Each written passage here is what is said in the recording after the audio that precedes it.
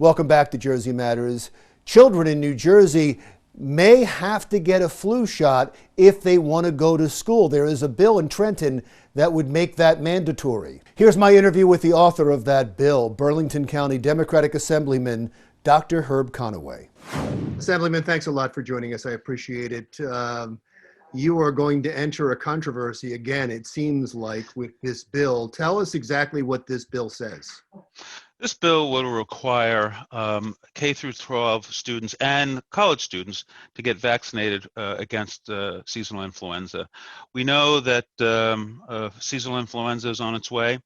We've already gotten our shipments in a lot of healthcare centers, including the health department where I work, in preparation for getting people vaccinated against seasonal influenza. Seasonal influenza has been with us for I guess since the beginning of time, I imagine, and we have luckily had a reasonably good vaccine to help reduce the very significant impact on health that seasonal influenza brings. It causes a significant amount of death across the country. In a good year, we might lose 12 to 13,000 persons. In a bad year, we might lose nearly 80,000 persons to flu. And then you add, and that's a tragedy, but then think about all of the missed work, all of the pressure on hospital systems for people who need to be treated in the hospital. And this going on at the same time when, if as expected, we will see a resurgence of coronavirus disease. So we could be battling, and an individual themselves could be battling for both seasonal influenza and COVID-19 at the same time. And of course, our healthcare system, which is there to respond to these illnesses, could be dealing with both resurgent COVID-19 and the usual problems that we've seen with the seasonal influenza. So the idea is, let's get the cohort of young people who, with respect to seasonal influenza, actually drive the incidence of influenza across the community. It's the young people that push flu out to everyone else, unlike COVID, where it sort of affects people equally, and you can and people of all ages can spread it. It doesn't appear to be driven by by disease activity among the young like seasonal influenza is. So we've got a vaccine. We know that it works. Sometimes it works better in some years than in others. Flu sometimes is worse in some years than in others, but we have something that we can use to at least tamp down this problem that we know is coming. Healthcare workers have to be vaccinated against flu because vulnerable people go to the hospital, and healthcare workers, of course, work in hospitals. And so we don't want healthcare workers bringing flu in and infecting people that are already in a vulnerable state in the hospital. We do the same thing in nursing homes.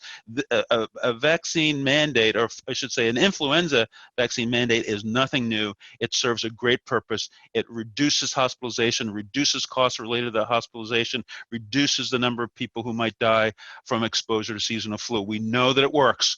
And so with COVID-19 being here, circulating, we don't have a vaccine against it.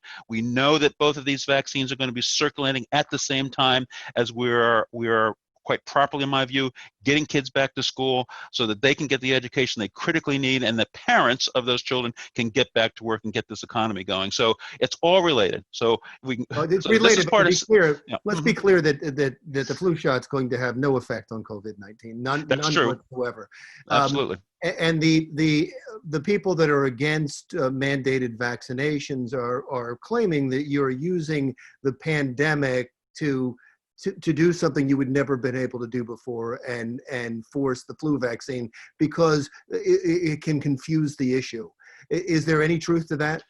No, there's no truth to that. What I'm doing is looking ahead to what's coming. Seasonal flu comes every fall and winter and extends into the spring, and we vaccinate that against seasonal influenza routinely. And while we do require it for certain workers, and we do require it already for children going to daycare. So it's not new.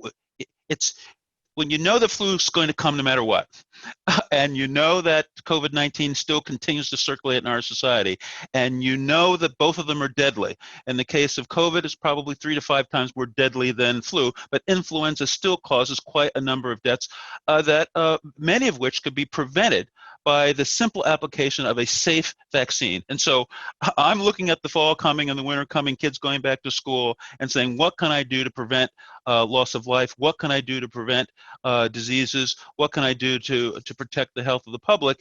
One very important proven thing is vaccination. And that's why I brought this bill forward and hope to get support from my colleagues in the legislature and in the front office. Sue Collins, who I think you know well, who is with the Coalition for Vaccine Choice, brings up 2 points. She says that it is not effective, that last year it was less than 50%, and that it also is highly reactive. You're a doctor, is that true? She's wrong on certainly the second count is not highly reactive. It is the incidence of people having adverse reactions to the flu is really quite low. Now, when people get a flu shot, what does the body do? Or any vaccination, by the way, the body develops antibodies against that foreign protein, in this case, seasonal influenza. But it's the same thing for polio, it's the same thing for measles. And so people might feel a little unwell because the body is elaborating its defense. It's building a defense against this thing to prepare for the real thing if it comes. And so sometimes people feel unwell, but it's not the flu. It is the body's natural response, and I would say people should look at it as a good thing. The body is responding to the vaccination by developing antibody, and that sometimes causes some discomfort, but that's all it is. It is not, you don't get the flu from the flu vaccine. That is a myth that needs to be put aside. And I would say to the concerns about that it's not 100% effective, or maybe it's only 50% or 60% effective, that percentage is going to save somebody's life. And it's better than nothing. It's better than going in totally unarmed against seasonal flu. In my opinion, and the opinion of researchers all across the world, I'd rather have a shield that works pretty well than one that works 100% well. And by the way, nothing works 100% anyway. Yeah, there was protest. There was loud protest the last time you tried to get rid of the exemption for other vaccinations. Do you expect the same thing this time? And what do you think your chances are? Well, this bill does not address the issue of the religious exemption. I would say so-called religious exemption. It's really a personal choice exemption that people are exercising in most cases. We're not touching that issue with this bill.